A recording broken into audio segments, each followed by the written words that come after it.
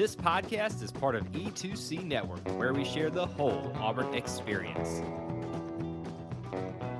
Hello and welcome to War Horses, the only college equestrian podcast that, tells you all you need to know about the College Equestrian National Championship. I am your host, Auburn Elvis. Let's talk about some college equestrian. Okay, so in this episode, what I did was, to make it a little bit easier on myself, I made a bunch of recordings from the road at the end of the day. Basically, in my car on the way back to the hotel, I would just pull out the phone and make a recording. So I'm going to put those all together. The audio isn't the best, but you're going to get the on-the-spot reactions to everything that was going on. I hope you enjoy it. Here is how the tournament went. All right, this is Auburn Elvis again, recording from my car as I leave the World Equestrian Center from the opening ceremonies, yes. And then there's a party afterwards. And so, yeah, that was real fun. And I got my, if you listen to the last podcast, you'll know that I did a bunch of dolls. And so got that set up over at the Leather with Love booth. So that is in place. And already people are starting to buy those things. So I hope they're going to be popular. So we'll see. I had some people saying that they were going to buy some for the opposing team's doll so that they could put pins in it as a voodoo doll. And I'm like, okay, that's not what I intended these for, but you do you. Once you buy it, you can do whatever you want with it. But okay, that's not why I did those, but different strokes for different folks. But anyway, you're not listening to this to hear how the dolls went. You want to know what Equestrian's doing. So I'll tell you that the opening ceremonies was great. Everybody showed up that was supposed to show up. And so it looks like we're going to have a darn tournament. It'll all start tomorrow. We've got, we got SMU going up against Baylor. I think the Mustangs might have a little bit of trouble there. A lot of the Baylor families were super nice to me tonight. And, I hope it goes well for them. I mean, I hope it goes well for everybody tomorrow, except maybe South Carolina. But, they were so nice. And, yeah, a couple of them quizzed me on how well certain riders would do against other riders. And it didn't come out favorably statistics-wise for Baylor. But I'll just say that, you know what? There's tons of upsets in this sport. Every week, I just look like a darn idiot. So this could be the day for that Baylor makes me look like an idiot. Hey, they certainly did it 2 years ago. So we'll see, but the stats do suggest that, SMU's good, and y'all knew that. So we'll see tomorrow just how good. And then after that, we're going to have the other one, which is Texas A&M, TCU. Boy, I'm really looking forward to that one because, dang, those teams are close.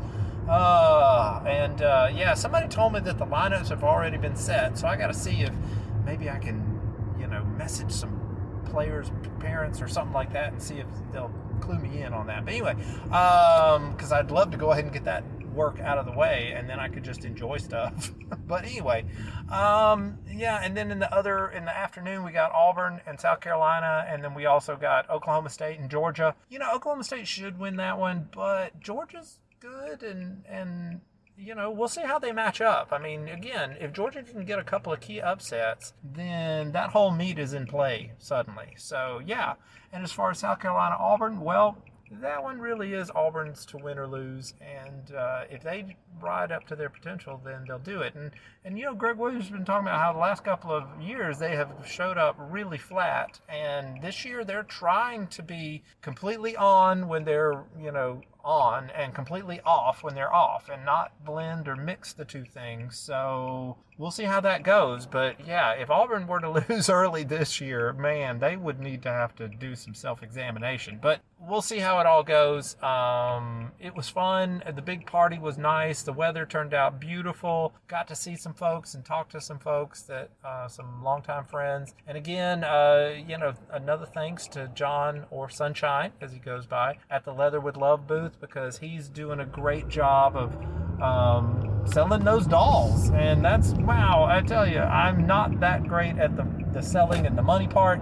So the fact that he's totally taken ownership of that part of it, I love that. So just a great big thanks to John over there at Leather with Love. So that's it for we'll call this day 0 of the NCEA National Championship Tournament. I'm Auburn Elvis. Thank you very much. Okay, day number 1 has ended, and boy, it was exciting. Things mostly went as we expected, but there were some interesting moments there. I'll say that, okay, let's go back to the beginning of the day. So we started things off with SMU and Baylor, and in the stats predictions, it kind of said that Baylor wasn't going to be a pushover. Baylor probably was a little bit better than the 8th best team, and they proved it today. They took SMU down to the wire, and SMU ended up winning, I think, 10-8. So yeah, it was pretty close. It was closer than you would expect a number 1 versus number 8 to be. So good job, Bears. Didn't quite get the victory, but you impressed, and you showed that once again there's always improvement that the NCEA rankings folks can make. I think we've learned that. If my podcast accomplishes nothing in history, it is the establishment of the fact, the immutable fact, no, well, not immutable, irrefutable fact, that the NCAA rankings people are just, boy, they're not as good as what you would want. Okay, I'll just be kind and say they're not as good as what we desire. So good job, Baylor. SMU, you know what? You got the win, and that's all that matters. You survived and advanced. So now on to quarterfinal number 2. So here we had another one that we knew was going to be kind of tight. TCU, Texas A&M. The stats suggested this one was going to be back and forth, but that TCU would have the advantage because of horsemanship. SMU had a great horsemanship squad, and that's what gave them the advantage over Baylor. Same thing for TCU. They were back and forth with Texas A&M, and then the horsemanship is what did it for them. So the Horned Frogs, they will advance as well. So they will ride against SMU, and I tell you, that's great. I don't think these two teams rode during the year, which is weird because they typically ride against one another, but they didn't this time. And now we're going to get to see it here at a neutral site. So yeah, this is going to be fun. And yeah, it's going to be a tough meet for both of them. And again, the seeding people made that side of the bracket harder than the other side of the bracket. Oh well, that's what you get when you let the NCEA do all your seeding for you. So, and yeah, that's never going to get old. That whole plot line, I'm going to keep bringing that up till the day I am dead. Because, well, until they fix it, which they're not going to fix it because they got, inherent problems that make it so that they won't fix it. Anyway, good job for TCU and SMU. So yes. So yeah, oh boy, who do I think will win that? Gosh, I don't know. I'm gonna have to go back and look. I mean, the stats like probably SMU a little bit better, but TCU, the stats like TCU as well. So I don't know. That's a darn toss-up right there. I'm telling you, people, it's close. I don't know who's gonna win that. It could be anybody. Well, it can't be. All right, it will be either it will either be Texas Christian University or it will be Southern Methodist University. It will be a Texas university with an affiliation with some sort of Christian church. There, summed it up for you. All right, so but it won't be Baylor. So anyway, all right. So that gets us through our first 2 quarterfinals. Quarterfinal number 3, Oklahoma State going up against Texas A&M. All right, so both these teams are good in certain things and mediocre in other things, and the combination of what they're good at and what they're mediocre in, it kind of worked out in Oklahoma State's favor. Now they took some points that we didn't expect. Georgia didn't go crazy on the flat like the stats suggested they could have. And I tell you, if they had won 4 or even swept the darn thing, that would have put them right in it down to the very end. But as it is, they only won the flat 3-2, and Oklahoma State threw their weight around everywhere else, and so they pretty much took it. At the end, things were very close. Well, no, they weren't. They weren't close because of that flat thing. So at the end, in horsemanship, there was still a mathematical possibility for Georgia, but it didn't happen for them. So there you go. So what this means is now, Oklahoma State advances. So good job, Cowgirls. And Aggies, your season was feast or famine. There were certain ones where you guys did just incredible, and then there were certain ones where you didn't. And that happens sometimes, and a lot of this is just about putting it together at the right time. And Oklahoma State is putting it together at the right time.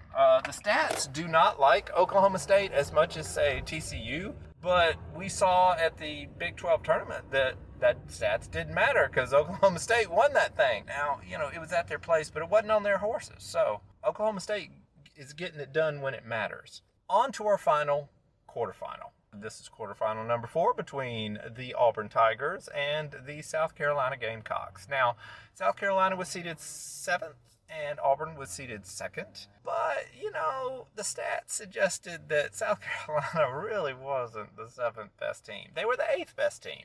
Anyway, so the way this thing looked to work out in the stats, it looked like it was going to be Auburn jumping out to a big lead. And then halftime, they'd have a 6-4 lead or even better. And then in the second half, you'd have South Carolina go on a little bit of run in equitation on the flat. And then Auburn would slam the door in horsemanship. Okay? That's what the stats suggested. So here's how things worked out. Fences started off. Auburn's the best fences team in the nation. And very first round, like every darn South Carolina rider was riding probably like a personal best. I mean, they were doing great.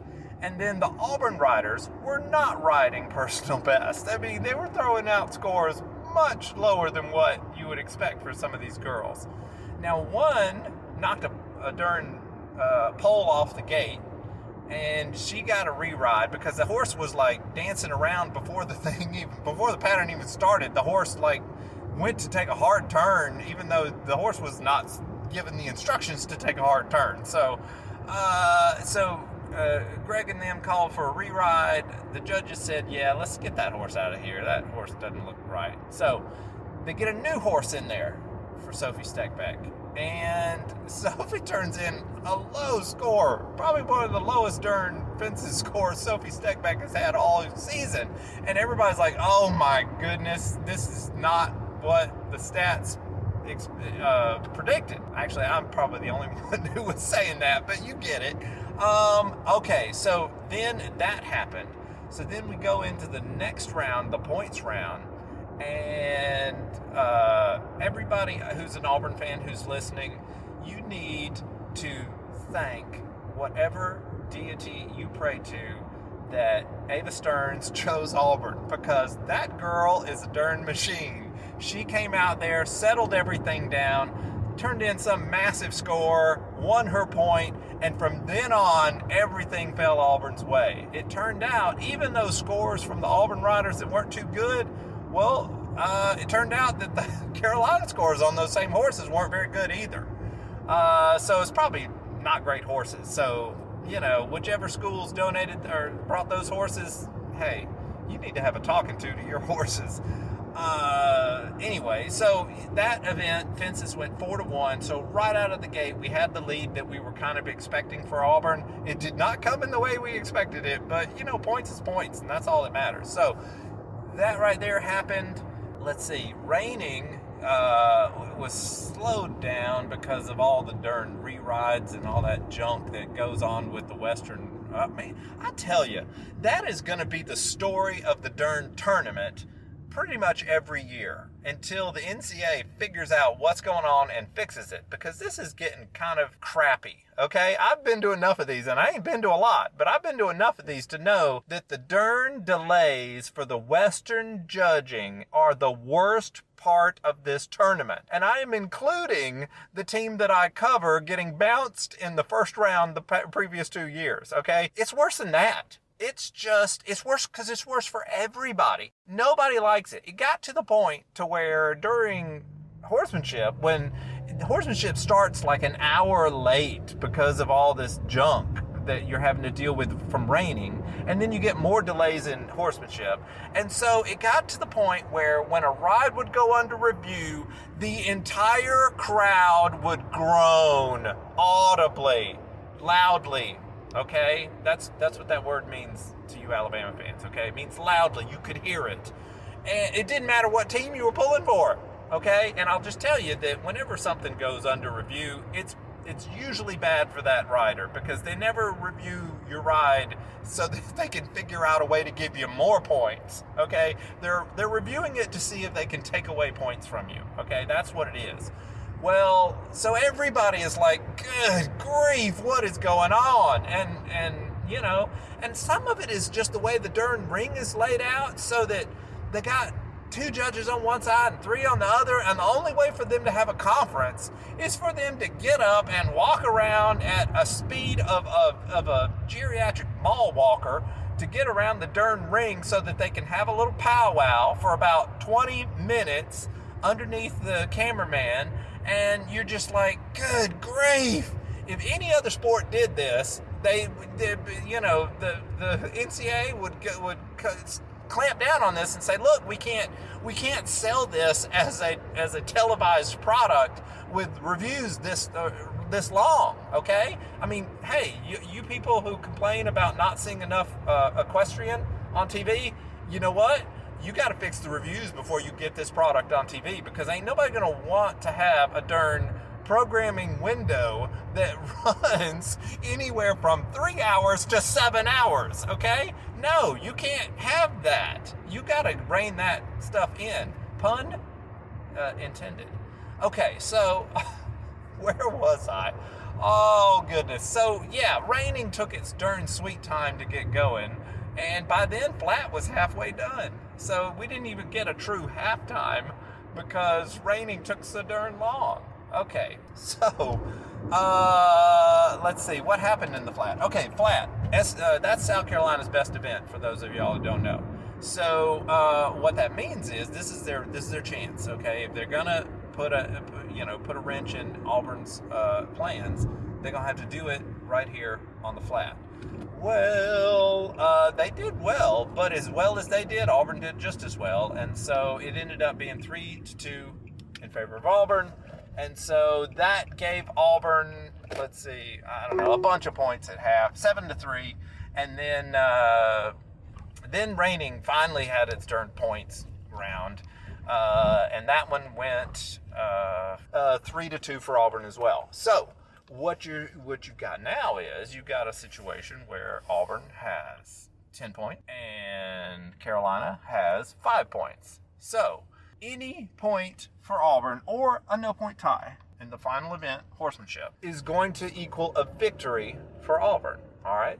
So then we go over to horsemanship and we sit and wait, because of course there are reviews going on for the quarterfinal number 3 still. Quarterfinal 3 hadn't ended because, all this stuff. Well, anyway, so we wait and wait and wait and wait and wait and wait. And then finally we get a point for Auburn. The whole thing's over. All right, great. Boom. Now we can all go home. No. There's more riding and probably more reviews. You know what? The rumor is that they're still waiting on a review to this very day. Anyway, at some point, Auburn has won the darn thing. I don't know what the final score is. It is something. And, I'm back at my hotel now. So, yeah, just a great day. Fun. Sold some dolls. They're great. People seem to be having fun with them. I'm seeing fewer people turning them into voodoo dolls, which is nice. That's encouraging. You people got a little sinister streak that y'all might want to talk to some therapists about. Yeah, no, I mean, because frankly, if you want a voodoo doll, I will release a line of Judges voodoo dolls, and then you put as many pins in them darn things as you want, okay? And then maybe I'll do a line of NCEA rankings people. And yeah, we can really go to town on this idea. All right, so silliness aside, that's what we've got on our day one. In day two should be fun. We're also in the morning going to have the single discipline tournament. You know, I already told y'all how that's probably going to go. It's probably going to be Sweetbriar getting pushed a little bit by Sacred Heart. Oh, and some of you Sweetbriar moms aren't taking me seriously on that. And you're coming up to me and saying, whoa, what are you doing? And I'm like, no, I'm telling you, the stats do not lie. Plus the fact that it's a 4-on-4 tournament, not a 5-on-5, that means that your fifth rider, who's much better than the Sacred Heart fifth rider, won't get a chance to display that. So, y'all better watch out. But I think Sweetbriar will get through it. But if they don't, man, that's going to be a heck of an upset for Sacred Heart. I don't think it's going to happen, though. Over on the other side, we got Lynchburg and Bridgewater, and that one will be sort of close, maybe, in one event, but then the other one, it won't be very close, and I think Lynchburg's going to win it pretty, convincingly by about 2 or 3 points, which in an 8-point meet, that's a lot. So, yeah, that's kind of our rundown of day one. It didn't rain really that much. It was supposed to rain a lot in the earlier forecast a few days ago. Gosh, I thought it was just going to rain. So we'll see. It's just beautiful weather, a little muggy, but hey, it's the South. That's what it's known for. All right, that's it. This was a good segment. Everybody, thank you for listening, and we'll chime in with day number 2 here soon. Okay, so this is now the end of day 2 of the National Championship Tournament. Over in the morning, we had the single discipline semifinals. I did the matchup predictions on those, and boy, the stats said that, they confirmed the earlier prediction that I made and said, hey, Sweetbriar's going to have a little trouble with Sacred Heart. Lynchburg isn't going to have too much trouble with Bridgewater. All right? So then the actual riding starts, and in fences, Sweetbriar tied Sacred Heart 2-2, and Lynchburg won theirs 3-1. Okay, so then we go over to the flat, and Lynchburg wins that like 3-1, 4-0, something incredible. So they're going through. They didn't have much trouble with Bridgewater. Then with Sweetbriar, I think like the first point went to Sacred Heart maybe? Or maybe the first point went to Sweetbriar, but then the next point went to Sacred Heart. And then another point went to, how did it go? Oh, I think it was Casey Freeberg who got the winning point or something. So so once Casey Freeberg got on the horse, their fate was sealed. But still, they won. It was like, what would that be, 5-3? So they ended up winning 5-3, 5-4. You can't do that. That's too high. Anyway, they won. I don't have the stats in front of me, y'all. I just came from the Western Ring where the dual discipline finished up. Anyway, okay, I'm a little tired, in case you can't tell by my voice. Okay, so then that happened. All right, so that was that. And then we had a big long break for lunch where nothing happened. And then we came back from lunch and everybody's on horses again, and we're about to go and do everything over again. All right, so then in the semifinals for the dual discipline, we got SMU going up against TCU. That looked to be real close according to the predictions. And then we had Auburn and Oklahoma State, which the predictions favored Auburn, but you still got, there have been plenty of times when the predictions come out, Auburn's just going to clean up, and then Auburn does not quite clean up, but they win. So it looked like maybe this was going to be one of those kind of situations. Well, over it with SMU and TCU, SMU curb stomped them from the darn word go. Oh my word! I can't believe how badly things turned for TCU out of the gate. Because the stats said that it was going to be close, but it was not. They swept them in fences, and then in the other event, what was it, raining? They did pretty well in raining, like 3, 4, 5 points, I don't know, something. So the halftime lead was like 8-2, 7-3, something like that. And then in the second half, they did about the same. They ended up winning 14-6. So SMU, they advance. pretty handily. So then Auburn is going on sort of at the same time, but a little bit behind in every event, just because that's how they scheduled it all. And fences looked good for Auburn from the start. It was 4-1 Auburn, and it almost could have been 5-0, but it ended up 4-1. Okay. And then over in reining, Oklahoma State won that 3-2. So at half it was 6-4. And then flat got going immediately because, again, the Western takes forever, and the flat doesn't have to take as long because they just get going again. Also, the Western has to share the same ring, for both of those events, whereas the jumping seat is, they don't need as much room, so they basically just set it up so that the whole crowd moves, and that way they can do get two rings out of one big arena. So, I was harping on the Western for being slow. It is slow, but part of it is just the facility that they don't set it up in two places like they do with the jumping seat. So there's a built-in advantage for the jumping seat. But legitimately, they don't have as many darn, judge reviews like they do on the Western side for some reason. So, anywho, back to Auburn. Flat started up, and then that was looking like, oh my, this is going to be kind of back and forth or very close. And it ended up 3-2 Auburn, but then I guess they had missed something with, I think, Sophie Steckbeck's score for Auburn, and went back and after everybody ran over to the, drove over. These are rich people, they're not going to walk. After everybody drove over to the Western ring, then we get an announcement over there that, oh yeah, by the way, the score's now 10-5 instead of 9-6 like we thought it was. So yes, so with one event to go, Auburn was sitting on 10 points, so they had locked up at least a tiebreaker decision. But one more point, or even a no-point tie, was going to give the victory to Auburn. And then the very first point, the second point, went to Auburn, and the whole place exploded. Well, by the whole place, I mean the part that had Auburn people in it. The part that had TCU people in it did not explode. The part with SMU did not, and the part with Oklahoma State certainly did not. The Auburn part exploded, and I happened to be next to that, so, it seemed like the entire world was exploding. So, Auburn ended up winning. They got a bunch of more horsemanship points, because Auburn's good at horsemanship. The final score ended up being the same thing, 14-6.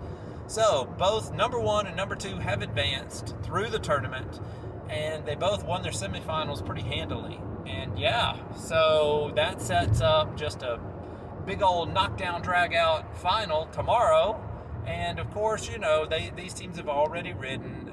SMU came to Auburn, and Auburn, beat the brakes off of them at Auburn. But of course, it was at Auburn, and Auburn is invincible at Auburn these days. So that don't count. All right, that does not count.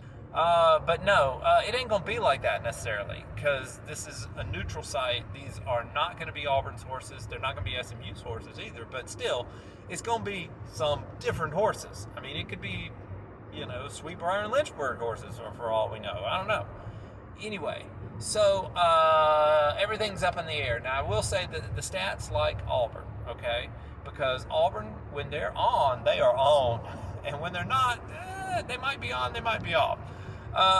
And so the stats like Auburn, and 3 of the 4 Auburn's better at, and one of those 3 Auburn's really better at. So, boom, we'll see how that works. But again, that's based on the past. We're talking about the future, and if you can't, perform in the future, that's all that matters is, what you do tomorrow, not what you did all season long and back in the fall. So we hope that it will be good, and that everybody will ride well, and that it will be exciting, and all that, and yeah, I mean, no matter who wins tomorrow, they're gonna deserve it. All right, they're gonna have to beat the other best team in the nation. All right, SMU proved today they are the darn best team in Texas. And Auburn proved that, they're the darn best team outside of Texas. So now we're going to put these two flavors together and see what happens. And one of them's going to be the best in the nation. So we'll see who that is. Anything else going on? No, you know what? Everything else is going well today. It was warm, but I'll take that over over rain any day. So yeah, now I'm heading back to the hotel, and actually the hotel is in sight, so I'll be signing off soon. But yeah, no, this has been great. Oh, I do want to give a shout out to Jenna. Well, I've been calling her Memersdorf, but I met her mom today. She was very nice. She couldn't get an early flight, so she was just hanging around talking to people. And she came over and told me it was very nice, but then I asked her, she was saying her name, and I realized, oh boy, I've been mispronouncing this name. It's not Memersdorf, it's Mimersdorf. Okay, so sorry about that. Sorry to the Mimersdorfs. But no, Jenna's going to be graduating after this year, so I won't have to make that mistake anymore. But yeah, you know what, for the next, I don't know what day of the season, I'll try to be good about Jenna's last name, Mimersdorf. But no, that's pretty much it. Oh, no, wait, you know what? One other thing. Man, I have never experienced this, and I've gone to a lot of equestrian meets, but the Auburn people, because, you know, there were a bunch of the riders who aren't competing, but they're out there running the horses and getting them ready for the other meets and stuff. Well, they sit with the parents and stuff, and so I guess they have all this food or whatever that's bought for them, plus the parents just go buy food. So people started passing around just food. Like, there was a laundry basket of snacks that got passed around through the crowd for anybody. There was boxes of pizza that just got passed around for free. You just take a slice. And then like a fruit tray got passed around. I'm like, dang, this is crazy. What kind of sport is this? This is amazing. So yeah, if word of this gets out, attendance at Equestrian, especially the national championship, is going to go up, because let me tell you, free food, that's pretty cool. Oh, so yeah, that was fun. Okay, well, I'm at the hotel now, so I'm going to sign off. Yeah, take care, everybody. Thank you very much. Okay, we're at day 3 of the NCEA National Equestrian, National Championship Equestrian, whatever. The day 3 is over. We now have our national champions. There's 2 disciplines, so we'll go ahead and get the important one out of the way. Sweetbriar versus Lynchburg. So the stats going into this favored Sweetbriar, and I would say heavily. They favored Sweetbriar heavily. But the thing about stats are, they are a perfect predictor of the past, okay? But they're an imperfect predictor of the future. On the off chance that some of y'all might be out there using the stats for gambling purposes, I feel sorry for y'all, because that is a really good way to lose your money. Now, sometimes you would win a lot, because sometimes the stats were right on. And they were every time except the times that they weren't. And the meet started out with fences, okay, and that went more or less according to the stats. Sweetbriar jumped out to a nice lead, and there you go, 3-1. Okay, then the flat happened, and flat happens, and so the reverse happened. Now, even though Sweetbriar, the stats suggested they would do like at least 2-2. They did not do at least 2-2. They did 1-3, which, if you're paying attention, Alabama fans, 3 + 1 = 1 + 3. They're both 4. So we go to a tiebreaker, and the raw score total favored Lynchburg. So once again, Lynchburg has drafted perfectly behind Sweetbriar and then done a shake and bake right at the end to get across the finish line. I mean, I joke, but no, both teams are good. I mean, y'all are both good. I'll say that had this been a 5-on-5 tournament, then, maybe the stats would have been more trustworthy. But, ifs and buts and all that. Lynchburg are the back-to-back national champions, y'all, and they deserve a round of applause for that. So I'm not going to go back and edit in a round of applause, but you can just do that in your mind. For Sweetbriar, you know what? Y'all are great. You know how great you are. You've always been at the top of the single discipline teams. You're still essentially at the top. You just didn't get another national championship. But, you were right in there, and that's better than a lot of teams. So, was there anything else that happened today?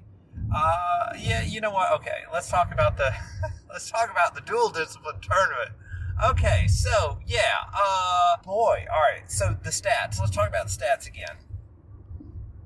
Going into this tournament, Auburn was the number one team statistically, and they were a good distance ahead of SMU, statistically speaking. SMU graded out at about the fourth best team. Now, some of that is because SMU did not ride a conference tournament, okay?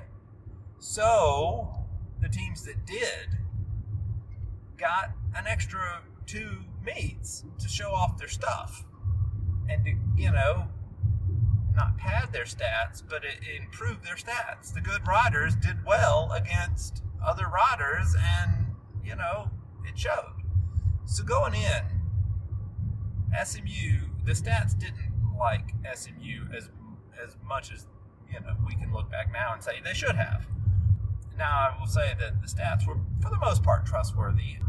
I thought that TCU SMU yesterday was going to be closer. It did not. It was not that close. I also thought Auburn Oklahoma State would be a little closer, but it wasn't. So, going into today, what happened, what was interesting is every day, at night I go in and I put in the stats from that day's part of the tournament and get all that squared away. And then in the morning is when I do the matchups for, everything y'all see on Instagram and whatnot. When I go to do that, every day, every morning, SMU's getting a little bit better in the stats. Now, Auburn got a little bit better too, but they were already number one overall, and so you can't go higher than number one. So the distance between SMU and Auburn shrank. And so going into the finals, SMU was the number 3 overall team. Now, TCU still was statistically really high because they did really well at the beginning of the year. So, there you go. Yeah, so SMU got better. And if I were to run the stats now, SMU would be very close to Auburn. They still wouldn't be above Auburn, but they'd be very close.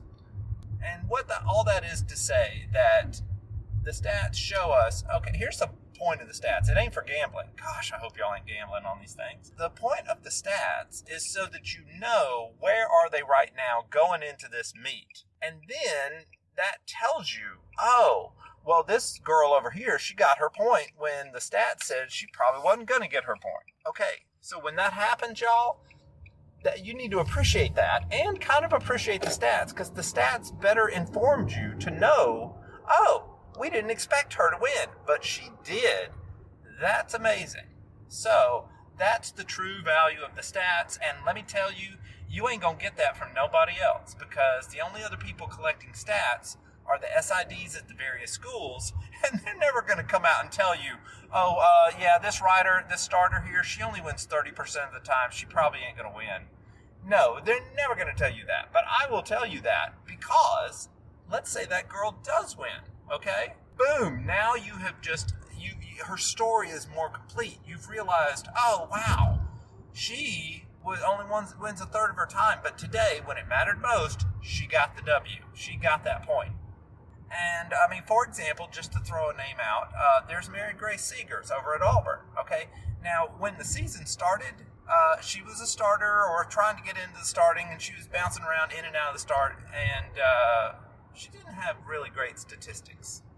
But as the season went on, she started winning more, she got more comfortable, started doing better. And then here in the postseason, she did real well. She outperformed her stats pretty much every day. That's her story could be any of y'all's story.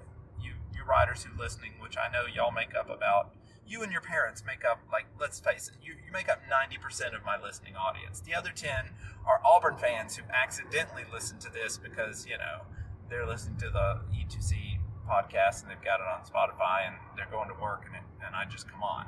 So hopefully y'all can truly appreciate that when the stats say, this girl, we didn't expect her to win, and she does, that's not a reason to say, the stats are terrible. No. The stats are just the stats. It's the rider who's good, and she outperformed her history, and that is something to be celebrated. let's see, should we talk about how the meet itself went? Sure, I do that on every show, so why would I not do it on this show? Okay, here's how the meet went. In the early stats going in, it suggested that SMU was going to win about 3-2 or 4-1 in 3-2 in one of them and 4-1 in the other of the Western rides. Okay, and they ended up winning. Let's see, I think it was 3-2 in one of them and 4-1 in the other. So they did what the stats more or less predicted. Okay. Now, there were a couple of toss-up points in there, but once things got rolling, the toss-ups were going their way, and they were just riding really strong. Okay, so that's where things were, and that's how things happened. Now, a couple of the points were very close. They could have easily gone to Auburn if a judge had just been a little different here or there.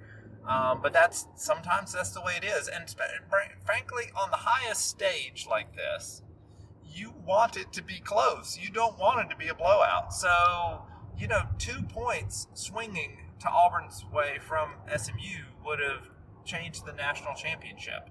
And I'm sure that you moms out there who can pick apart rides way better than I can have in your mind a good candidate of those two that could have easily been flipped.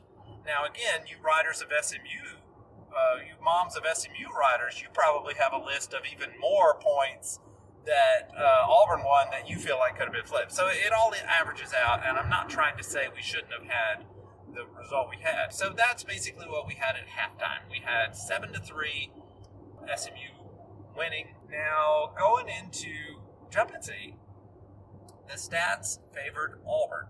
They favored Auburn to be about 3-2 in both of those.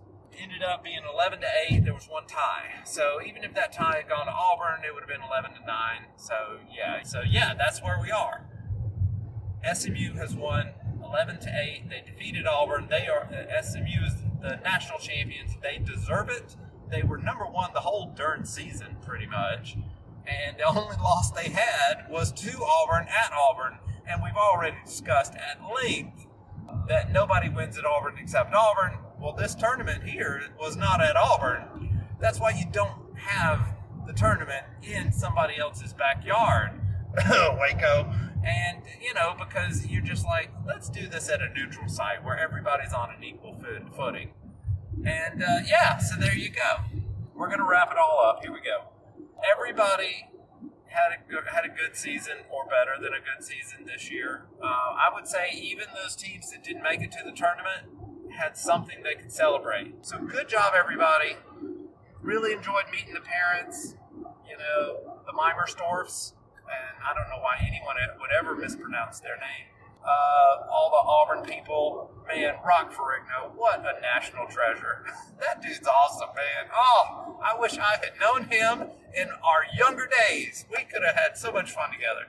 I mean, we'll still have fun together, but but no, all y'all are great, and it's just so neat to see everybody again. I'm going to miss this for the next couple of months, but hey, won't be too long before we're doing this all again in the fall. So, all right, that's it. I don't know that I'll necessarily do an episode that recaps, because I think this is the recap. I think what you're listening to is the recap, because we've done a lot of good work. We recap stuff. We solved a bunch of the world's problems about this whole Western judging thing and the way that they stick the arena way the heck out there. So, we've solved some real problems here. We've made some progress. So, I think that's about all we could ask for this season.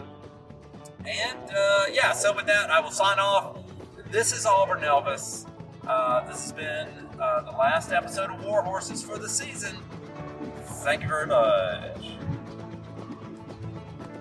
Thank you for tuning in to today's episode on the E2C Network. On your way out, I want to remind you to stop by e2cnetwork.com. It's your one-stop shop for all our content across our podcast, YouTube channel, and much more. To stay up to date with us, make sure you're following social media accounts such as Facebook, Twitter, and Instagram. While our content here may always be Auburn sports heavy, if it's orange and blue, it's what we do. War Eagle.